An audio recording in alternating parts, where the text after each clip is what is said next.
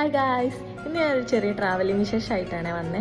ഇന്ന് ഞാനും എൻ്റെ ഫാമിലിയും തിരുവനന്തപുരം പോയതിൻ്റെ ഒരു ചെറിയ വിശേഷങ്ങളാണ്. കോഴിക്കോട് നിന്ന് ഞങ്ങൾ രാത്രി 10 മണിക്ക് ബസ് കയറി രാവിലെ 6:30 ആകുമ്പോഴേക്കും ഞങ്ങൾ തിരുവനന്തപുരം എത്തിയേ. അവിടെ ഞങ്ങൾ നേരെ ഒരു ചായയും കുടിച്ചിട്ട് എൻ്റെ ചേച്ചീൻ്റെയും ഏട്ടൻ്റെയും നാട്ടിലേക്കുള്ള ബസ് കയറി. ആ യാത്രയും സ്ഥലങ്ങളൊക്കെ അടിപൊളിയായിരുന്നേ. പിന്നെ അവിടെ നിന്ന് കാപ്പിയൊക്കെ കഴിച്ച് ഞങ്ങൾ കുക്കിംഗ് പരിപാടിയിലൊക്കെ ആയിപ്പോയി കേട്ടോ. സത്യം പറഞ്ഞാൽ അതൊന്നും എനിക്ക് വീഡിയോ എടുക്കാൻ പറ്റിയില്ല. ആക്ച്വലി എന്നോട് മറന്നു പോയതാണ്. നല്ല സങ്കടം ഉണ്ടായില്ല. സാരല്ല, അടുത്ത പ്രാവശ്യം റെഡിയാക്കാം. പിന്നെ ഫുഡൊക്കെ കഴിച്ച് ഞങ്ങൾ അവിടെ നിന്ന് റെസ്റ്റൊക്കെ ചെയ്ത് ഞങ്ങൾ നേരെ വൈകിട്ടായപ്പോൾ ആറ്റിലേക്ക് കുളിക്കാൻ പോയി. നല്ല രസമായിരുന്നു കേട്ടോ അതൊക്കെ. ഇവിടെ വീട് നിൽക്കുന്ന സ്ഥലവും ചുറ്റുപാടും ആറ്റിലോട്ടുള്ള വഴിയും ആറൊക്കെ കാണാൻ അടിപൊളിയായിരുന്നു. ഗൈസ്, ഭയങ്കര ടെററിസ്റ്റ് ആയിട്ടുള്ള വഴിയാണ് കേട്ടോ ആറ്റിലേക്കുള്ള. ഞങ്ങൾ ഏതൊക്കെയൊക്കെയോ കാടിൻ്റെ കൂടെ പോകുന്നുണ്ട്. മുമ്പിലും ആൾക്കാരുണ്ട്, ബാക്കിലും ആൾക്കാരുണ്ട്.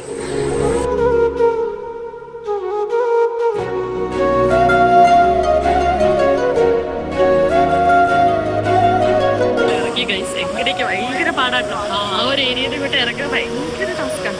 പക്ഷെ ഇതിനൊക്കെ ഞങ്ങൾ ഇറങ്ങി. ബൈക്കുണ്ട്, നല്ല ബൈക്കുണ്ട്, നല്ല മലവെള്ള പശലായുണ്ട്, നല്ല ബൈക്കുണ്ട്.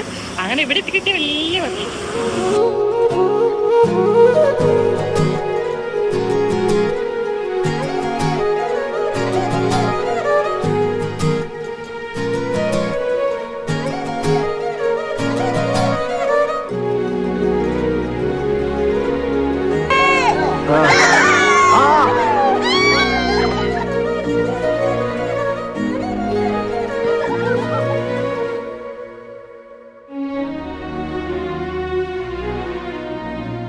ആരൊക്കെ പോയ വെച്ചിട്ടുണ്ടെങ്കിൽ എൻ്റെ അച്ഛനും അമ്മയും എൻ്റെ ആൻറ്റിയും പാപ്പനും, അതായത് അച്ഛനും സിസ്റ്ററും ഹസ്ബൻഡും, പിന്നെ എൻ്റെ ചേച്ചി ഏട്ടനും ഞാനും ഹസ്ബൻഡുമാണ്. പിന്നെ അവിടെ ഏട്ടൻ്റെ അച്ഛനും അമ്മയും ഏട്ടനും, പിന്നെ രാത്രിയിൽ ഏട്ടൻ്റെ ഫ്രണ്ട്സും വൈഫും മക്കളൊക്കെ വന്നിരുന്നത്. അടിപൊളിയായിരുന്നു ആ ഒരു നൈറ്റ് എന്ന് പറയുന്നത്. ശേഷം പിറ്റേന്ന് രാവിലെ ആയിരുന്നു ഞങ്ങൾ മെയിനായിട്ട് കറങ്ങാൻ ഇറങ്ങിയത്. ആദ്യം ഞങ്ങൾ പോയത് പത്മനാഭസ്വാമി ക്ഷേത്രത്തിലേക്കായിരുന്നേ. അതിനിടയിൽ ഞങ്ങളൊരു ട്രാൻസിഷനൊക്കെ കാച്ചിട്ടോ. അന്ന് കുറച്ച് റെയിനി ഡേയും കൂടെ ആയിരുന്നു കേട്ടോ. അവിടെ എത്തി ഞങ്ങൾ ഫോണൊന്നും അവിടെ ഉള്ളിലോട്ട് കൊണ്ടുപോകാൻ പാടില്ലായിരുന്നു. അപ്പം ഞങ്ങളതൊക്കെ ക്ലോക്ക് റൂമിൽ കൊടുത്തു. കുറച്ച് ക്യൂ ഇട്ടിരുന്നു. പിന്നെ ഭഗവാനൊക്കെ കണ്ടു, തൊഴുതു, അവിടെ നിന്ന് ഇറങ്ങി. അവിടുന്ന് ഞങ്ങൾ നല്ല ആറ്റുകാൽ അമ്പലത്തിലേക്ക് മൂവ് ചെയ്തു.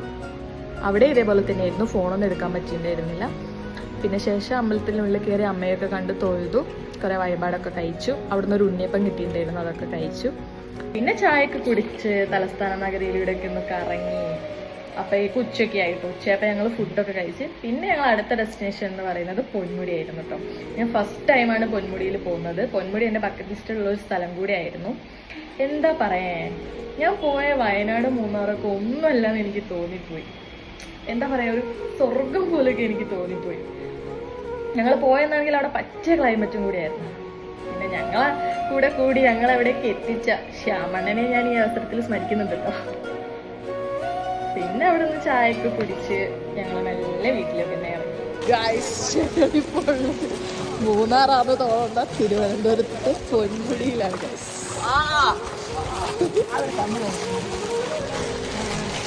ഗൈസ്.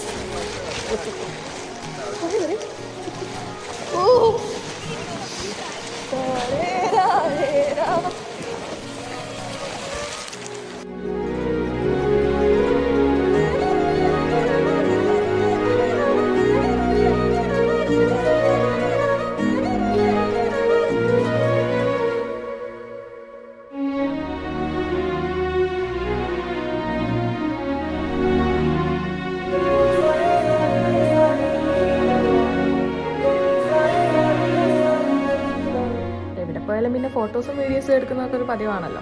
അത് പിന്നെ ഞങ്ങളായിട്ട് തെറ്റിച്ചില്ല. ഞങ്ങളും കുറേ ഫോട്ടോസും വീഡിയോസും ഒക്കെ എടുത്തു. പൊന്മുടിയിലൊന്നും അത്യാവശ്യം ക്രൗഡ് ഉണ്ടായിരുന്നു കേട്ടോ. പിന്നെ കുറേ അട്ടയുണ്ടായിരുന്നു.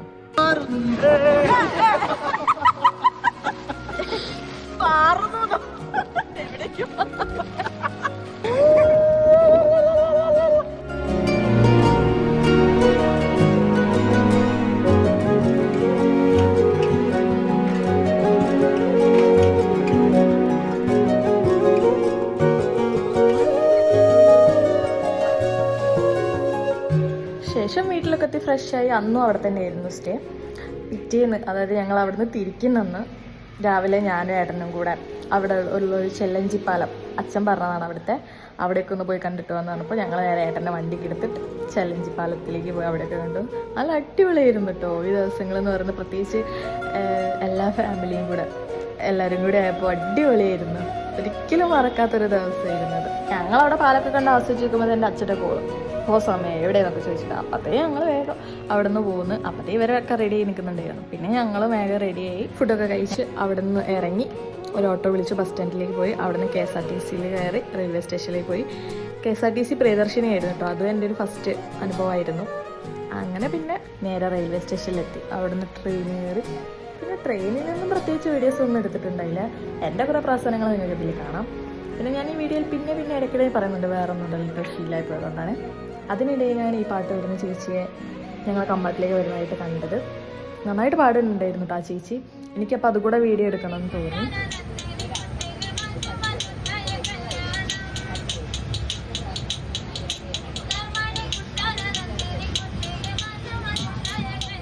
കണ്ടപ്പോൾ പെട്ടെന്നുള്ള സങ്കടം വന്നു കേട്ടോ. കാരണം ഇങ്ങനെ ഓരോ യാത്രയിലാണല്ലോ ജീവിക്കാൻ വേണ്ടി പലതരത്തിൽ കഷ്ടപ്പെടുന്ന ആൾക്കാരെ നമ്മൾ കണ്ടുകിട്ടുക. പറ്റുവാണെങ്കിൽ നിങ്ങളെ കൊണ്ട് പറ്റുന്ന പോലെ അവരെ സഹായിക്കുക. അപ്പോൾ ഇത്രയേ ഉള്ളൂ. അടുത്ത വീഡിയോ ആയിട്ട് കാണാം. ബൈ.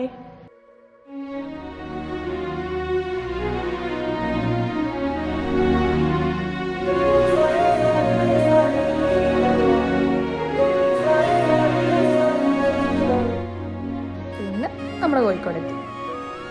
അപ്പോൾ ഇത്രയേ ഉള്ളൂ. അടുത്ത വീഡിയോ ആയിട്ട് കാണാം. ബൈ.